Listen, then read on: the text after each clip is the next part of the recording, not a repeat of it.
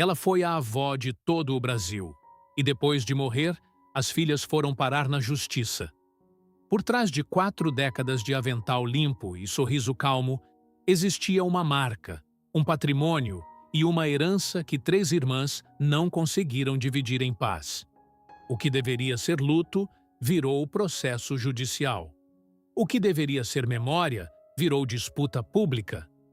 Como o nome mais querido da televisão brasileira se transformou no centro de uma briga de família? O que estava escondido por baixo dessa imagem de união? E o que a história de Palmirinha revela sobre o que acontece quando o afeto encontra o dinheiro? Para entender, precisamos voltar no tempo. Palmirinha Onofre nasceu em 1931, em Presidente Prudente, no interior de São Paulo, numa época em que mulher não apresentava programa de televisão. Apresentava o jantar. Filha de uma família simples, cresceu aprendendo a cozinhar da forma que a maioria das mulheres da sua geração aprendeu, por necessidade, não por vocação declarada. A cozinha não era um estúdio, era o lugar onde a vida acontecia. E Palmirinha absorveu isso de um jeito que nenhuma escola de gastronomia consegue ensinar. Com paciência, com afeto, com a convicção de que comida boa é comida feita com tempo. Casou-se jovem. Teve 3 filhas, Paloma, Gláucia e Rosângela. Viveu décadas dentro dos papéis que a época oferecia às mulheres. Esposa, mãe, dona de casa. Mas a cozinha sempre foi seu território. E ela governava esse território com uma autoridade suave, que enganava quem não prestava atenção. A televisão chegou tarde na vida de Palmirinha.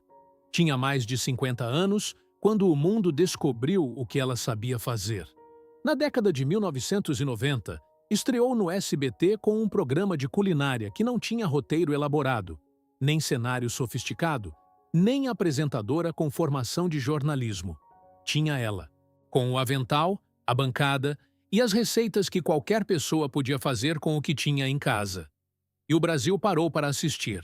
Não por glamour, não por polêmica, mas porque Palmirinha falava com as pessoas como se as conhecesse há anos, porque ela errava na frente da câmera e ria de si mesma, porque ela temperava o frango e, ao mesmo tempo, perguntava sobre a família de quem estava assistindo, como se soubesse que do outro lado da tela havia alguém que precisava daquele momento de calma.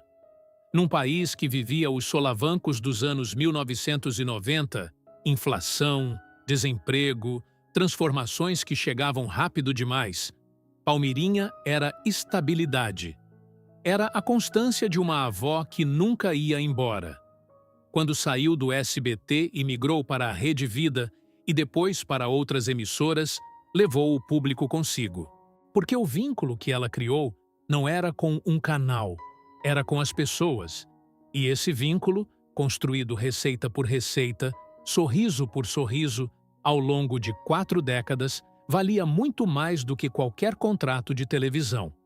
Valia uma marca, uma herança, um nome que o Brasil inteiro reconhecia com carinho imediato.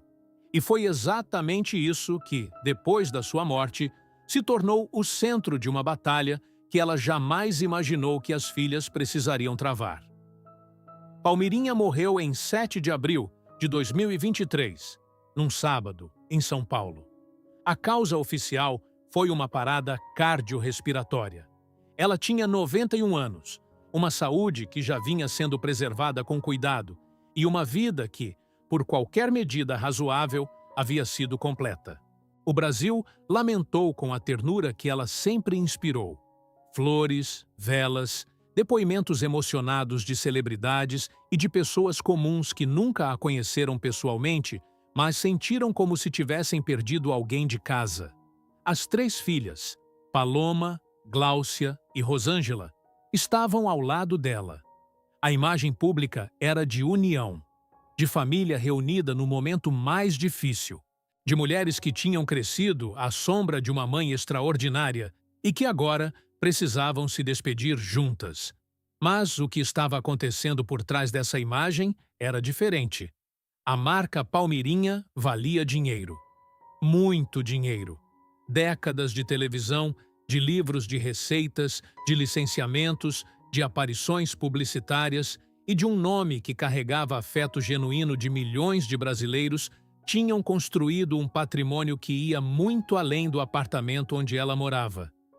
Havia empresas, contratos, direitos de imagem, acordos em andamento, uma estrutura comercial inteira erguida em torno de um rosto e de um nome que o Brasil amava. E havia 3 herdeiras que precisavam decidir o que fazer com tudo isso. A decisão não veio em paz. Nos meses seguintes à morte de Palmirinha, o que era para ser inventário virou impasse. O que era para ser partilha virou acusação.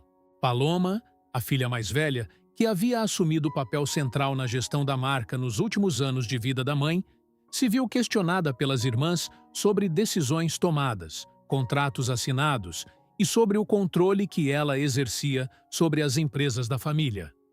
As irmãs foram à justiça. O processo, que começou em segredo como quase todos os processos de família começam, não ficou em segredo por muito tempo. A imprensa brasileira encontrou os documentos. Os detalhes vazaram. E o que o Brasil leu nos portais de notícias foi perturbador não pela violência das acusações, mas pelo contraste brutal com a mulher que estava no centro de tudo.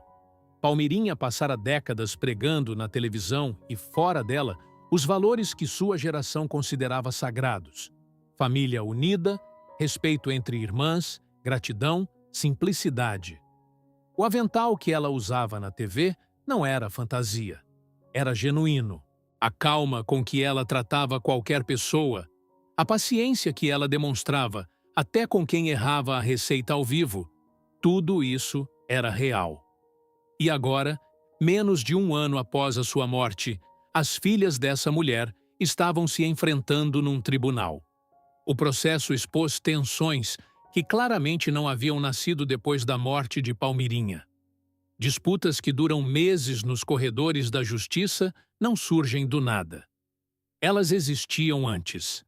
Silenciadas, talvez, contidas pelo respeito à mãe viva, pela necessidade de preservar a imagem pública, pela força de uma presença que, enquanto estava ali, mantinha o equilíbrio. Quando essa presença foi embora, o equilíbrio foi embora junto. O que tornava a situação ainda mais dolorosa era a natureza do que estava sendo disputado. Não era apenas dinheiro, era o nome dela. Era o direito de decidir o que seria feito com a imagem de uma mulher que havia se tornado patrimônio afetivo do Brasil. Quem poderia usar aquele rosto em campanhas? Quem autorizava ou bloqueava projetos novos? Quem falava em nome da marca Palmirinha agora que Palmirinha não estava mais aqui para falar por si mesma? Cada uma das filhas tinha uma resposta diferente para essa pergunta, e nenhuma das 3 estava disposta a ceder. A disputa judicial se arrastou. Audiências foram marcadas. Advogados se pronunciaram. E o Brasil, que havia chorado a morte de Palmirinha com tanto carinho, agora acompanhava com desconforto uma briga que parecia profanar exatamente o que ela havia representado. Porque há algo particularmente cruel em ver o legado de uma pessoa se transformar em objeto de litígio. Palmirinha não construiu sua imagem em torno de dinheiro ou de poder. Construiu em torno de afeto, de presença, de simplicidade. Ver esse legado fragmentado em disputas jurídicas era assistir a algo se quebrar que não deveria poder ser quebrado. E ainda assim, quebrou. O caso lembrava, de forma inquietante, algo que aparece em muitas histórias de famílias que constroem patrimônio em torno de uma figura central e carismática. Enquanto essa figura está viva, ela é a cola. É ela que resolve, que acalma, que equilibra os interesses que existem por baixo da superfície. Quando ela vai embora, a cola desaparece. E o que estava sendo mantido unido por força de presença começa a se separar. Palmirinha era a cola. Sem ela, as filhas que o Brasil havia visto sorridentes ao lado da mãe, em fotos de programa e em publicações de aniversário, se tornaram partes adversas num processo que nenhum de nós gostaria de ver. Há uma pergunta que ninguém faz em voz alta quando uma pessoa amada morre, mas que existe em silêncio em quase toda a família. O que fazemos agora com o que ela deixou? Na maioria das famílias, essa pergunta é respondida em conversas difíceis, em mesas de jantar tensas, em cartórios e em documentos que ninguém gosta de assinar. É o processo normal e doloroso de continuar depois da perda. Raramente é limpo, raramente é rápido e raramente reflete a pessoa que partiu. No caso de Palmirinha, essa pergunta foi respondida em público, e isso fez toda a diferença, porque quando a disputa é privada, ela pertence à família. Quando ela vaza para os portais, para os programas de fofoca, para os comentários das redes sociais, ela pertence ao Brasil inteiro. E o Brasil, que havia amado Palmirinha com uma ternura quase infantil, não sabia muito bem o que fazer com a imagem das filhas dela se enfrentando num tribunal. Alguns julgaram, outros entenderam. A maioria ficou num lugar desconfortável entre os dois. Mas o que esse episódio revela vai além da briga em si. Revela algo sobre o que acontece quando uma vida inteira de trabalho, de presença e de afeto se transforma em marca. Quando o sorriso de uma avó vira ativo comercial.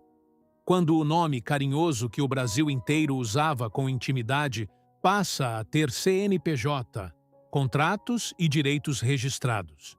Palmirinha nunca foi só uma apresentadora. Ela era uma promessa.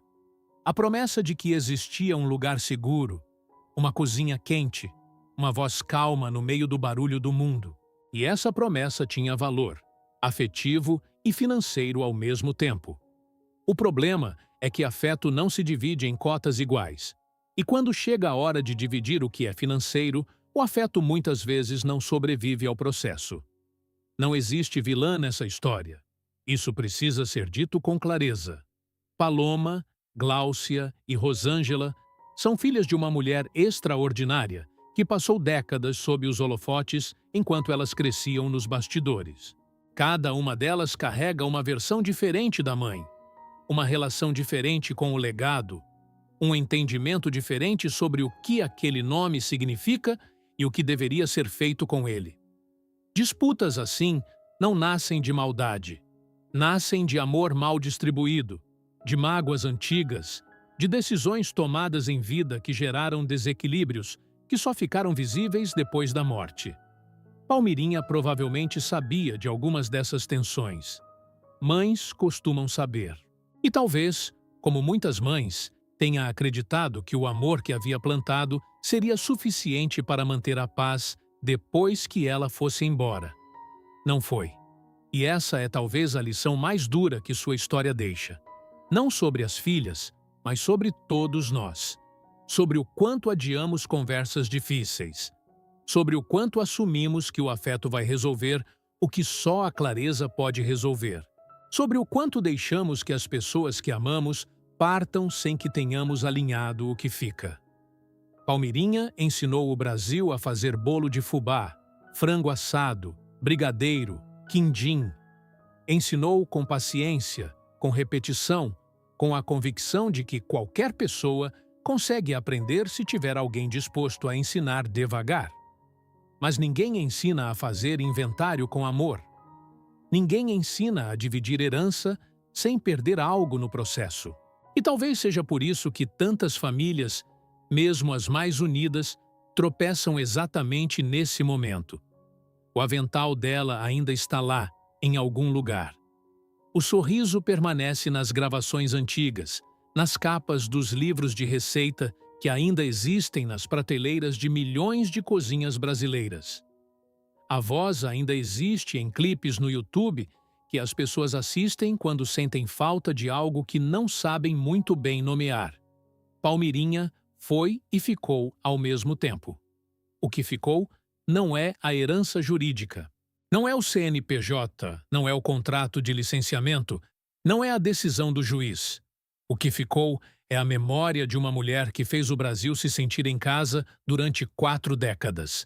E essa parte, felizmente, nenhum processo judicial pode tocar. Se essa história te fez pensar em alguém da sua família, em conversas que ainda não aconteceram, em coisas que ainda precisam ser ditas, talvez esse seja o verdadeiro legado de Palmirinha. Não a receita do bolo, mas o lembrete de que as pessoas que amamos não ficam para sempre, e que o melhor presente que podemos dar a elas e a nós mesmos é resolver em vida o que a morte não consegue resolver por nós. Inscreva-se no canal. E na próxima vez que você fizer um bolo, faça pensando nela.